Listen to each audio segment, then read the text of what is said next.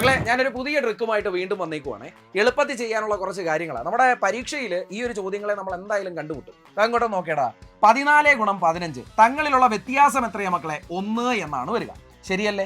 അങ്ങനെയാണെങ്കിൽ 14 × 15 ഉത്തരം കണ്ടുപിടിക്കാൻ കൂട്ടത്തിലെ ചെറിയ സംഖ്യയാകുന്ന 14 അവന്റെ സ്ക്വയർ എടുക്കുന്നു, അതിന്റെ കൂടെ ഒരു 14 കൂടെ കൂട്ടുന്നു. ആൻസർ എത്ര വരുവിടാ? 14ന്റെ സ്ക്വയർ നമുക്കറിയാം 196. അതിന്റെ കൂടെ ഒരു 14 കൂടെ കൂട്ടിയാൽ ആൻസർ എത്രയാ മക്കളെ വരുന്നത്? 210. ശരിയാണോ? ആണ്. അടുത്ത ചോദ്യം നോക്കേ. 17 × 18 വ്യത്യാസം എന്ന് പറയുന്നത് ഇവിടെയും ഒന്നാണ്. അതുകൊണ്ട് 17ന്റെ സ്ക്വയർ എടുക്കുക, അതിന്റെ കൂടെ ഒരു 17 കൂടെ കൂട്ടുക. 17ന്റെ സ്ക്വയർ 289. അതിന്റെ കൂടെ ഒരു 17 കൂടെ കൂട്ടിയാൽ ആൻസർ എന്ന് പറയുന്നത് എത്ര വരും മക്കളെ? 306 വരും. എങ്ങനെയാ? 289ന്റെ കൂടെ ഒരു 10 കൂടെ കൂട്ടുമ്പോൾ 299, ഒരു 7 കൂടെ കൂട്ടുമ്പോൾ 306 വരും. ഇനി 21 × 22 വ്യത്യാസം ഇവിടെയും എത്രയാ വരുന്നത്? 1 എന്ന വ്യത്യാസം തന്നെയാ വരുന്നത്. അപ്പൊ എന്ത് ചെയ്യണം? 21ന്റെ സ്ക്വയർ എടുക്കണം, 441.